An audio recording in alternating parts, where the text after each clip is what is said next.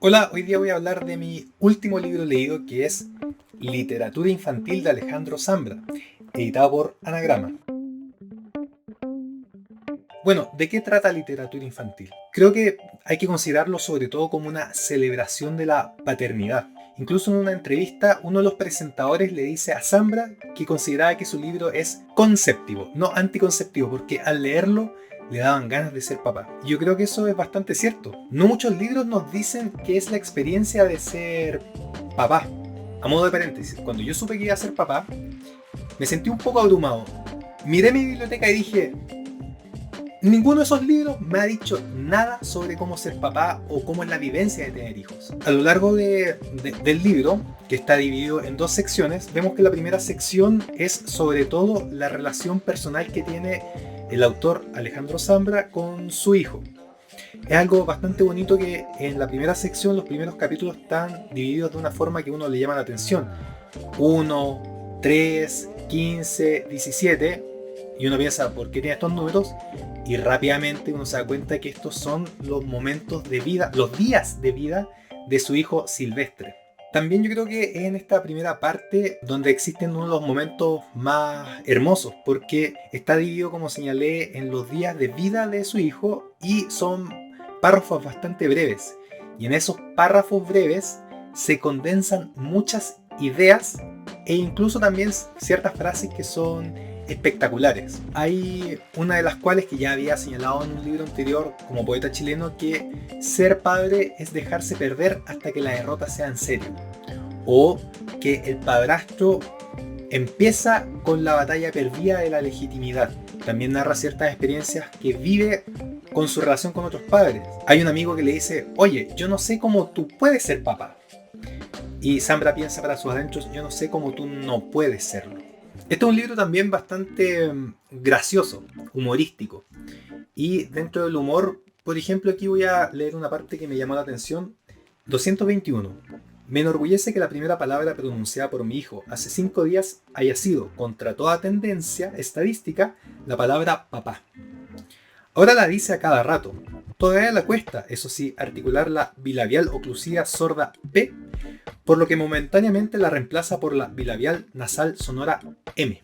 Al avanzar la lectura uno se da cuenta que este es un libro de naturaleza híbrida, ya que en él confluyen varias voces y varios estilos de escritura. Al principio lo que es abundante es la relación de Zambra con su hijo utilizando la segunda persona, pero también se van intercalando vivencias personales del autor utilizando la primera persona, hablando de sí mismo. Y avanzando vamos conociendo ya a su hijo, también su relación con su esposa, que también es escritora, del proceso creativo que va realizando al escribir estos mismos textos y otros libros que también está realizando, y cómo su vida se relaciona con su hijo y cómo el mundo también empieza a interactuar con su hijo. Cuando yo lo iba leyendo, veía cómo era la relación de Zambra con su hijo la primordial. Y yo me preguntaba para mis adentros, oye, pero esto, me imagino, ¿cuándo va a hablar de su padre? Y ahí es cuando comienza la segunda sección. Y la segunda sección está inaugurado por una serie de cuentos que parecen ser de ficción, pero extrañamente autobiográficos. Y aquí es donde la naturaleza híbrida de este texto también resurge, porque vemos cómo estos cuentos son al parecer ficciones, pero obviamente también están basadas en la vida del mismo Zambra, del mismo autor. Esto es algo que se le ha llamado como autoficción, donde el mismo autor es el personaje de su novela. Esto es algo bastante a propósito, porque Zambra en varias entrevistas ha señalado que él no está en contra de la ficción, o señala que no hay que entender la ficción como una mentira.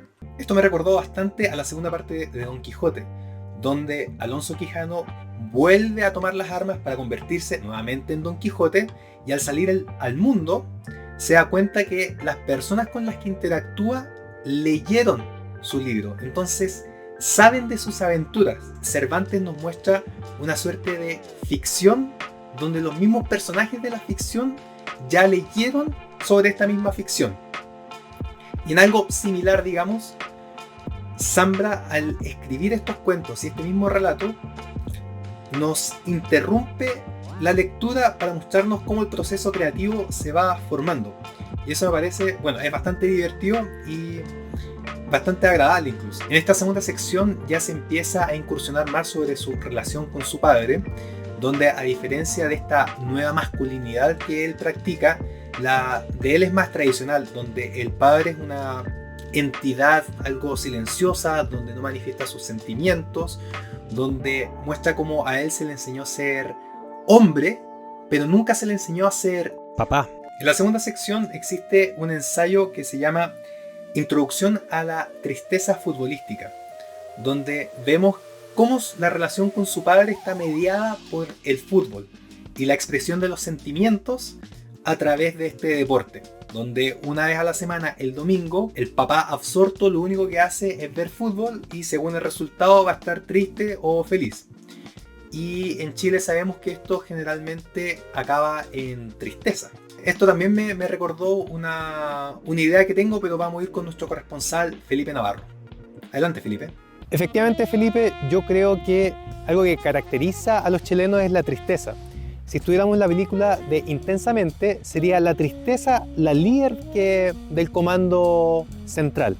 Y yo creo al menos que la forma que tenemos los chilenos de manifestar nuestra tristeza, el autor Zambra lo dice que es a través del partido de fútbol, pero yo creo que también se manifiesta a través de la literatura y por eso somos tan buenos en ello. El libro de Zambra yo creo es, en algún sentido, lo más alegre que puede llegar a ser un chileno, que es a través de la mordacidad, o sea, con el ingenio de la palabra.